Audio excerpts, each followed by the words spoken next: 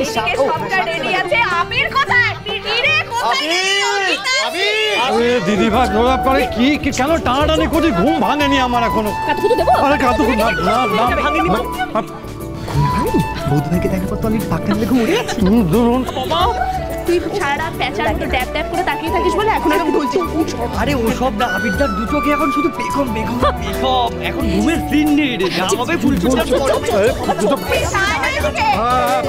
আবির আরে তুই সত্যি কথা বল, আমি তোকে ভোর রাত থেকে ডাকি নিয়ে সেই কটায় উঠেছি রাত্রি। আরে আমি তো আচ্ছা আমি বলছি আমাদের সবাই কিস করছে, আমি তোকে ডাকি না।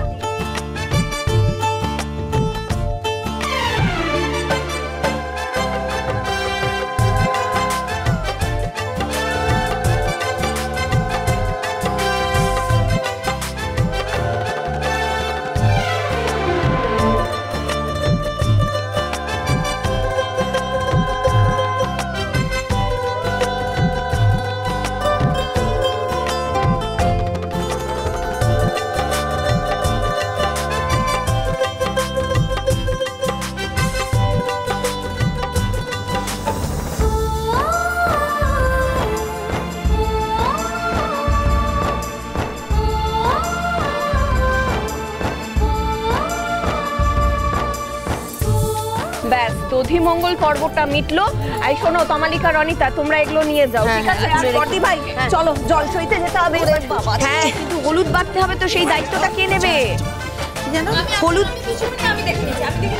আচ্ছা যে হলুদ বাটবে তাকে কিন্তু তাড়া দিও। আবিরের গায়ের হলুদ তো পেখমের বাড়িতে যাবে, দেরি করলে চলবে না, বুঝেছো? হ্যাঁ চল।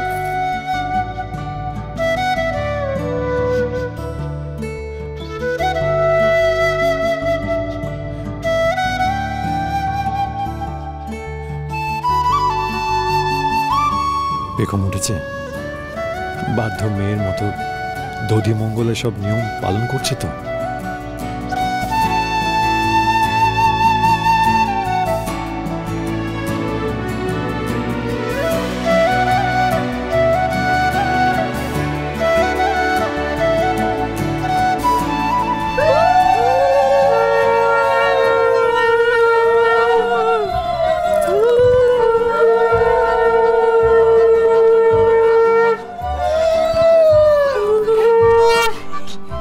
আজ ভোর থেকে সারা রাত অবধি সারা পাড়া জুড়ে শুধু উলুধ্বনি আর শঙ্করধ্বনি শোনা যাবে, বলো?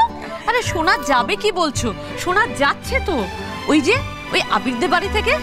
হ্যাঁ আসলে বরের বাড়ি আর খুনের বাড়ি এক পাড়ায় হলে যা হয়, যা বলেছি সারা পাড়া মেতেছে একেবারে আবির আর পেখমের বিয়ে নিয়ে।